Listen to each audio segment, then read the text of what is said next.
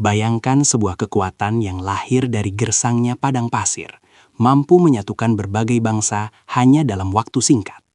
Dari Jazirah Arab, panji-panji Islam berkibar melintasi benua, membawa visi yang akan mengubah jalannya sejarah manusia selamanya. Bukan sekedar penaklukan wilayah, tapi ini adalah awal dari sebuah revolusi peradaban yang besar. Pernahkah kalian bertanya-tanya bagaimana mungkin sebuah pasukan dari gurun bisa mengalahkan kekaisaran besar dan mencapai jantung Eropa? Hari ini, kita akan menelusuri perjalanan epik dari Afrika Utara hingga indahnya tanah Spanyol. Selamat datang di Catatan Edo, di mana sejarah dihidupkan kembali dengan penuh warna dan makna. Dalam episode kali ini, kita akan menyelami periode yang dikenal sebagai masa keemasan Islam. Sebuah era di mana ilmu pengetahuan dan iman berjalan beriringan. Kita akan melihat bagaimana wilayah kekuasaan Islam meluas dengan pesat, membawa cahaya pengetahuan ke tanah-tanah yang sebelumnya gelap. Siapkan diri kalian untuk petualangan melintasi waktu, melihat strategi militer yang jenius dan arsitektur yang masih berdiri megah hingga saat ini. Inilah kisah perluasan wilayah Islam ke Afrika Utara dan Spanyol. Setelah wafatnya Rasulullah SAW, Kekhalifahan Rashidin dan kemudian Bani Umayyah memikul amanah besar untuk menyebarkan risalah Islam. Semangat ini bukan hanya tentang kekuasaan, melainkan tentang menghapus penindasan dan menawarkan tatanan sosial yang baru. Di timur, mereka telah mencapai Persia, namun mata dunia kini tertuju ke arah barat, menuju tanah Mesir dan Afrika Utara. Wilayah ini adalah gerbang menuju Mediterania, sebuah wilayah strategis yang dikuasai oleh Kekaisaran Bizantium. Ekspansi ini adalah langkah krusial bagi keamanan dan masa depan umat Islam di kancah global. Mesir menjadi target pertama di bawah komando Panglima legendaris Amr bin As pada tahun 640 Masehi. Penaklukan Mesir sangat penting karena wilayah ini adalah lumbung pangan bagi Kekaisaran Bizantium di wilayah timur. Pasukan Muslim disambut oleh penduduk lokal Koptik yang merasa tertindas oleh pajak berat dan perbedaan teologis dari penguasa lama. Dengan jatuhnya benteng Babilonia dan kota Alexandria, Islam mulai menancapkan pengaruhnya di tanah Afrika. Ini adalah pondasi awal bagi ekspansi yang lebih jauh ke arah barat, menyusuri pesisir Mediterania. Namun, perjalanan menuju Afrika Utara tidaklah semudah yang dibayangkan karena tantangan alam dan perlawanan suku-suku lokal. Gurun Sahara yang luas dan pegunungan Atlas yang terjal menjadi ujian fisik bagi para mujahidin. Selain itu, kekuatan Bizantium di Kartago masih merupakan ancaman yang sangat nyata bagi stabilitas wilayah. Diperlukan lebih dari sekadar keberanian untuk menaklukkan wilayah ini. Diperlukan strategi diplomasi dan pemahaman budaya. Masa ini menandai awal interaksi mendalam antara bangsa Arab dengan penduduk asli Afrika Utara, yaitu bangsa Berber. Tokoh kunci dalam penaklukan Afrika Utara selanjutnya adalah Uqbah bin Nafi, seorang panglima yang membangun kota Kairouan di Tunisia. Kota ini didirikan bukan hanya sebagai pos militer, melainkan sebagai pusat penyebaran ilmu pengetahuan dan agama Islam. Uqbah pernah memacu kudanya hingga ke tepi Samudra Atlantik di Maroko, menyatakan bahwa jika bukan karena laut, ia akan terus maju. Semangatnya membara untuk memastikan bahwa pesan Islam sampai ke ujung dunia yang dikenal saat itu. Meskipun ia gugur dalam pertempuran, jasanya menjadi inspirasi bagi generasi pejuang berikutnya. Setelah masa Uqbah, muncul tantangan dari Ratu Dihya atau yang dikenal sebagai Al-Kahina, pemimpin suku Berber yang sangat tangguh. Perlawanan ini menunjukkan bahwa penduduk Afrika Utara memiliki identitas kuat yang harus dihormati. Namun, melalui pendekatan yang lebih inklusif dan dakwah yang damai, banyak suku Berber yang akhirnya memeluk Islam. Mereka melihat kesamaan nilai antara tradisi mereka dengan ajaran Islam yang mengedepankan kesetaraan. Proses integrasi ini mengubah dinamika kekuatan di wilayah tersebut, menjadikan bangsa Berber sebagai pilar utama kekuatan Islam di Afrika. Hasan bin Al-Nu'man kemudian berhasil merebut Kartago dari tangan Bizantium secara permanen, mengakhiri dominasi Romawi di Afrika Utara. Ia mulai membangun armada laut yang kuat di Tunis untuk menandingi kekuatan maritim lawan di Mediterania. Dengan terkendalinya pesisir, jalur perdagangan mulai berkembang pesat di bawah naungan kekhalifahan. Ekonomi wilayah ini bangkit kembali, menciptakan kemakmuran yang merata bagi penduduknya. Afrika Utara kini bukan lagi wilayah konflik, melainkan bagian integral dari peradaban Islam yang sedang berkembang pesat. Puncak dari stabilisasi Afrika Utara terjadi di bawah kepemimpinan Musa bin Nusair, gubernur yang ditunjuk oleh Khalifah Al-Walid I. Musa adalah seorang administrator yang handal sekaligus jenderal yang cerdas dalam merangkul faksi-faksi lokal. Di bawah bimbingannya, wilayah dari Libya hingga Maroko modern benar-benar menjadi satu kesatuan di bawah bendera Umayyah. Ia juga berhasil membina hubungan baik dengan Count Julian, penguasa Ceuta, yang nantinya akan menjadi kunci pintu masuk ke Eropa. Kini, mata umat Islam mulai melirik ke seberang selat kecil yang memisahkan Afrika dengan benua Eropa. Di seberang selat, semenanjung Iberia yang kini kita kenal sebagai Spanyol dan Portugal sedang berada dalam krisis di bawah kerajaan Visigoth. Raja Roderick memimpin dengan tangan besi, menciptakan ketidakpuasan di kalangan bangsawan dan rakyat jelata. Persekusi terhadap kaum Yahudi dan penindasan petani membuat wilayah ini sangat tidak stabil dan penuh dengan intrik politik. Banyak pihak di dalam kerajaan tersebut yang sebenarnya merindukan perubahan dan pembebasan dari tirani.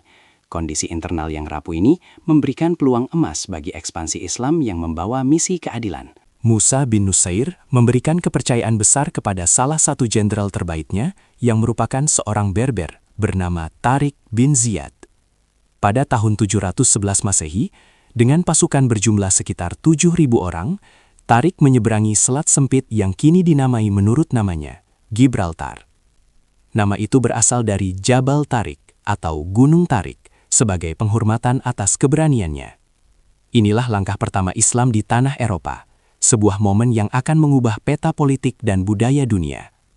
Mereka datang bukan untuk menghancurkan, melainkan untuk membangun sebuah peradaban baru. Ada sebuah kisah legendaris bahwa setibanya di pantai Spanyol, Tariq memerintahkan pasukannya untuk membakar kapal-kapal mereka. Ia berpidato dengan lantang, menyatakan bahwa laut ada di belakang mereka dan musuh ada di depan, sehingga tidak ada jalan untuk mundur. Meskipun kebenaran sejarah pembakaran kapal ini sering diperdebatkan, namun maknanya tetap abadi. Sebuah tekad bulat untuk menang atau syahid. Semangat inilah yang membuat pasukan yang jumlahnya jauh lebih kecil mampu menghadapi ribuan pasukan Visigoth. Kepercayaan diri ini bersumber dari iman yang kuat akan pertolongan Tuhan. Pertempuran menentukan terjadi di pinggir sungai Guadalete, di mana pasukan Tariq berhadapan langsung dengan tentara utama Raja Roderick. Meskipun kalah jumlah, disiplin dan taktik pasukan Muslim jauh lebih unggul dibandingkan pasukan Visigoth yang terpecah. Terjadi pembelotan di tengah pasukan Roderick oleh faksi-faksi yang membencinya, yang semakin memperlemah moral musuh. Kemenangan telak diraih oleh pasukan Islam, dan Raja Roderick dikabarkan tewas atau menghilang dalam pertempuran tersebut. Dengan jatuhnya sang raja, gerbang menuju seluruh semenanjung Iberia kini terbuka lebar bagi kaum muslimin. Tariq tidak membuang waktu dan segera membagi pasukannya untuk menguasai kota-kota penting seperti Cordoba, Seville, dan ibu kota Toledo. Rakyat di kota-kota tersebut seringkali membuka gerbang mereka bagi pasukan Muslim karena dijanjikan perlindungan dan kebebasan beragama. Kebijakan ini sangat kontras dengan penguasa sebelumnya yang memaksa konversi agama secara paksa. Islam datang dengan konsep dhimmi, memberikan hak hidup dan beribadah bagi penganut Kristen dan Yahudi dengan membayar pajak perlindungan yang ringan. Hal ini membuat transisi kekuasaan berjalan dengan relatif damai dan didukung oleh penduduk setempat. Melihat kesuksesan Tariq, Musa bin Nusair menyusul dengan pasukan yang lebih besar untuk membantu menuntaskan penaklukan wilayah utara. Bersama-sama, kedua panglima ini berhasil menguasai hampir seluruh semenanjung hanya dalam waktu beberapa tahun saja. Hanya wilayah pegunungan kecil di utara yang tetap berada di bawah kendali kelompok Kristen, yang nantinya akan menjadi titik awal rekonkista. Wilayah baru ini kemudian diberi nama Al-Andalus, sebuah nama yang akan menjadi sinonim dengan kemajuan ilmu pengetahuan. Spanyol kini telah resmi menjadi bagian dari kekhalifahan Islam yang luas. Ekspansi Islam bahkan sempat melintasi pegunungan Pyrenees masuk ke wilayah Perancis modern. Namun langkah mereka terhenti di pertempuran Tours pada tahun 732 Masehi. Meskipun demikian, fokus utama kaum muslimin bergeser dari penaklukan militer menuju pembangunan peradaban yang stabil di Al-Andalus. Disinilah masa keemasan Islam di Eropa dimulai, menciptakan masyarakat yang paling maju di dunia pada zamannya. Sementara sebagian besar Eropa sedang berada dalam zaman kegelapan, Al-Andalus bersinar terang dengan cahaya ilmu pengetahuan. Mereka membangun jalan, sistem irigasi canggih, dan perpustakaan-perpustakaan megah.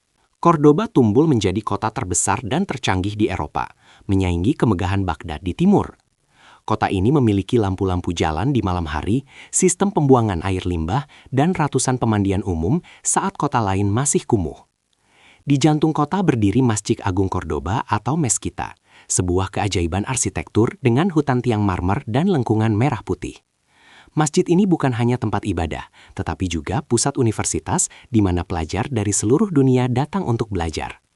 Kebudayaan Islam meresap ke dalam setiap sudut kehidupan masyarakat di sana. Ilmu pengetahuan berkembang pesat di bawah naungan para emir dan khalifah di Al-Andalus yang sangat mencintai buku. Astronomi, kedokteran, matematika, dan filsafat diterjemahkan dari teks-teks Yunani kuno dan dikembangkan lebih lanjut oleh ilmuwan Muslim. Tokoh-tokoh seperti Ibnu Rushd atau Averroes menjembatani pemikiran Aristoteles ke dunia barat melalui karyanya. Di bidang kedokteran, Al-Zahrawi menciptakan instrumen bedah yang dasarnya masih digunakan hingga hari ini dalam dunia medis modern. Pengetahuan ini nantinya akan menjadi pemicu lahirnya era Renaissance di Eropa daratan. Penting untuk dicatat bahwa masa keemasan di Al-Andalus adalah hasil dari harmoni antara berbagai penganut agama. Umat Islam, Kristen, dan Yahudi hidup berdampingan secara damai dalam sebuah periode yang sering disebut sebagai La Convivencia. Kaum Yahudi mengalami zaman keemasan mereka sendiri di bawah pemerintahan Islam, di mana mereka bebas berdagang dan menduduki jabatan tinggi di pemerintahan. Toleransi beragama ini menciptakan lingkungan intelektual yang sangat subur bagi perkembangan pemikiran-pemikiran baru. Tidak ada pemaksaan keyakinan, melainkan kompetisi dalam kebaikan dan ilmu pengetahuan. Pertanian di Spanyol juga mengalami revolusi besar berkat teknologi irigasi yang dibawa oleh para insinyur Muslim dari Timur Tengah. Mereka memperkenalkan tanaman-tanaman baru seperti jeruk, tebu, kapas, dan padi, yang sebelumnya tidak dikenal di tanah tersebut. Sistem acequia atau saluran air tradisional masih bisa ditemukan berfungsi hingga saat ini di beberapa bagian wilayah Spanyol. Kemakmuran pangan ini mendukung pertumbuhan populasi dan stabilitas ekonomi yang luar biasa panjang. Al-Andalus menjadi eksportir mewah dan tekstil berkualitas tinggi ke seluruh penjuru Eropa. Di kota Granada, berdiri megah Istana Alhambra, yang merupakan perwujudan dari surga di dunia melalui seni arsitektur dan taman. Setiap ukiran kaligrafi di dindingnya mengandung pesan-pesan spiritual dan keindahan matematis yang sangat rumit. Air mengalir melalui saluran-saluran artistik di dalam ruangan, menciptakan kesejukan alami di tengah cuaca yang panas. Alhambra adalah saksi bisu dari puncak kejayaan estetika Islam sebelum akhirnya kekuatan politik mulai meredup. Hingga hari ini, jutaan orang berkunjung ke sana untuk mengagumi keajaiban yang diciptakan oleh tangan para seniman Muslim. Namun, kejayaan politik tidak selamanya bertahan karena adanya perpecahan internal di antara para penguasa Muslim yang dikenal sebagai era Taifah. Kerajaan-kerajaan kecil ini sering berselisih satu sama lain, yang kemudian dimanfaatkan oleh kerajaan Kristen di utara untuk melakukan serangan balik. Meskipun secara politik melemah, kehidupan budaya dan ilmu pengetahuan di kota-kota seperti Toledo tetap bersinar kuat. Banyak ilmuwan Kristen yang datang ke Toledo untuk mempelajari sains dan filsafat dari para sarjana Muslim di sana. Proses transfer ilmu ini tetap berlangsung meskipun di tengah ketegangan perang perbatasan. Afrika Utara tetap menjadi pendukung utama bagi keberlangsungan Islam di Spanyol melalui dinasti-dinasti besar seperti Almoravid dan Almohad.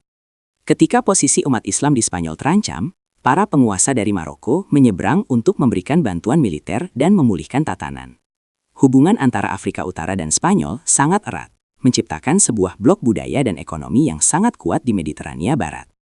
Arsitektur di Maroko saat ini, seperti yang ada di Marrakesh dan Fez, memiliki kemiripan yang luar biasa dengan gaya Andalusia. Ini adalah warisan dari pertukaran budaya yang intens selama berabad-abad. Warisan Islam di Spanyol juga sangat terasa dalam bahasa Spanyol modern yang memiliki ribuan kata serapan dari bahasa Arab. Kata-kata seperti aceite, minyak, algodon, kapas, dan ojalá, insya Allah adalah bukti nyata pengaruh linguistik yang mendalam. Musik flamenco yang terkenal juga diyakini memiliki akar dari musik tradisional Arab dan Afrika Utara yang dibawa pada masa itu. Kuliner Spanyol pun tidak luput dari pengaruh bumbu-bumbu dan teknik memasak yang diperkenalkan oleh orang-orang Mor. Budaya Islam telah menyatu ke dalam DNA bangsa Spanyol secara permanen dan tidak terpisahkan. Seiring berjalannya waktu, wilayah kekuasaan Islam di Spanyol perlahan-lahan menyusut, hingga hanya menyisakan kerajaan Granada di bagian selatan. Meskipun terkepung, Granada tetap bertahan sebagai pusat kebudayaan selama 250 tahun lagi, sebelum akhirnya jatuh pada tahun 1492. Jatuhnya Granada menandai berakhirnya kekuasaan politik Islam di semenanjung Iberia secara resmi. Namun, cahaya yang telah disulut selama hampir 800 tahun tidak padam begitu saja di hati rakyat dan sejarah. Banyak ilmuwan yang berpindah ke Afrika Utara dan Timur Tengah, membawa serta koleksi buku dan pengetahuan mereka. Dunia telah berubah selamanya berkat kehadiran Islam di tanah tersebut. Keberhasilan ekspansi ke Afrika Utara dan Spanyol menunjukkan betapa dinamisnya peradaban Islam di masa keemasannya. Mereka tidak hanya mampu menguasai wilayah yang luas secara geografis, tapi juga memenangkan hati dan pikiran penduduknya melalui kemajuan ilmu pengetahuan. Integrasi budaya Arab, Berber, dan Eropa menciptakan perpaduan unik yang belum pernah ada sebelumnya dalam sejarah manusia. Hal ini membuktikan bahwa Islam adalah agama yang mampu beradaptasi dan membangun peradaban dimanapun ia berada. Semangat keterbukaan dan rasa ingin tahu adalah kunci utama dari kesuksesan luar biasa ini. Banyak sejarawan Barat mengakui bahwa tanpa kontribusi ilmuwan Muslim di Al-Andalus, Eropa mungkin akan butuh waktu lebih lama untuk keluar dari zaman kegelapan. Terjemahan karya-karya sains dari bahasa Arab ke bahasa Latin menjadi kurikulum utama di universitas-universitas awal di Eropa seperti Paris dan Oxford. Kita berutang banyak pada para sarjana masa lalu yang telah menjaga dan mengembangkan obor pengetahuan di saat dunia sedang redup. Kisah ini adalah pengingat bagi kita semua bahwa kejayaan sejati diraih melalui penguasaan ilmu pengetahuan dan akhlak yang mulia. Inilah warisan abadi dari masa keemasan Islam di ufuk barat. Saat ini, jejak-jejak kejayaan tersebut masih bisa kita saksikan dengan mata kepala sendiri melalui bangunan-bangunan megah yang masih kokoh berdiri. Dari Menara Hasan di Maroko hingga Istana Alhambra di Spanyol, semuanya bercerita tentang sebuah masa ketika Islam memimpin dunia dalam keindahan dan kecerdasan. Sejarah ini bukan sekedar untuk dibanggakan, melainkan untuk dipelajari nilai-nilainya agar bisa kita terapkan di masa kini. Semangat eksplorasi, toleransi, dan kecintaan pada ilmu harus terus kita hidupkan dalam setiap generasi. Afrika Utara dan Spanyol akan selalu menjadi babak paling menarik dalam buku besar sejarah Islam. Terima kasih telah menemani kami dalam perjalanan panjang melintasi waktu dan benua untuk mengenal lebih dekat sejarah ekspansi Islam. Semoga kisah perjuangan para pahlawan dan pemikir besar ini memberikan inspirasi dan wawasan baru bagi kita semua. Sejarah adalah guru terbaik, dan dengan memahaminya, kita bisa melangkah ke masa depan dengan lebih bijak. Jangan biarkan cahaya sejarah ini pudar. Teruslah membaca dan mencari tahu tentang akar peradaban kita. Masih banyak kisah hebat lainnya yang menunggu untuk diceritakan di kanal ini. Jika kalian menyukai konten sejarah seperti ini, pastikan untuk memberikan dukungan agar kami bisa terus berkarya. Jangan lupa like dan subscribe untuk update seru lainnya. Bagikan juga video ini kepada teman atau keluarga agar semakin banyak orang yang tahu tentang kehebatan masa keemasan Islam. Tuliskan di kolom komentar bagian mana dari sejarah ini yang paling membuat kalian kagum atau tokoh mana yang menjadi favorit kalian. Sampai jumpa di video berikutnya dan teruslah menjadi pembelajar sepanjang hayat.